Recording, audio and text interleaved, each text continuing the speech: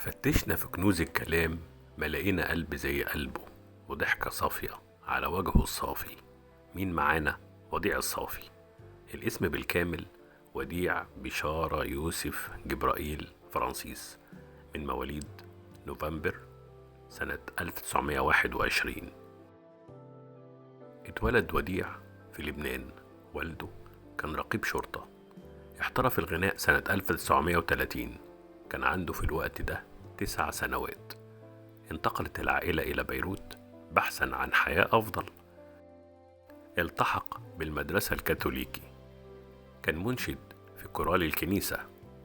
نظرا لضيق الحال ترك دراسته واتجه للغنى في الحفلات. سنة 38 كانت البداية، حيث انه اشترك في مسابقة للغنى كان بيديرها مكتشفه البيرديب ونجح. فاز بالمركز الأول. أعضاء اللجنة من كتر حلاوة صوته سموه وديع الصافي، عشان صوته الدافي الصافي. وديع دايما نلاقي ان الموال في كل أغانيه، وكل أغانيه بتتميز ببساطة اللغة. سنة 47 سافر البرازيل، قعد هناك 3 سنين مطرب على تخت شرقي. أحبوه جدا جدا في البرازيل لدرجة انه تم منحه الجنسية البرازيلي. ده غير طبعا ان معاه الجنسية الفرنسي والجنسية المصري، وهنقول ليه خد الجنسية المصري. بعد رجوعه من البرازيل غنى أغنية علومة اللي أصبحت تحية لبنانية، ولقب بعدها بصاحب الحنجرة الذهبية. سنة 75 أثناء الحرب كان في حالة سيئة جدا.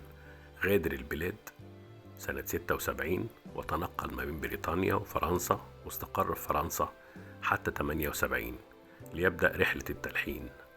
عمل ألحان وأغاني لرفض وشجب مظاهر القتل والمجازر اللي كانت بتتم في لبنان.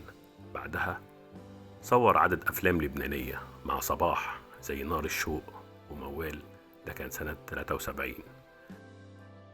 تزوج عام 52 من إحدى أقاربه، أنجب منها 6 أبناء. سنة 1990 تعرض وديع الصافي لأزمة قلبية، قام بعملية قلب مفتوح.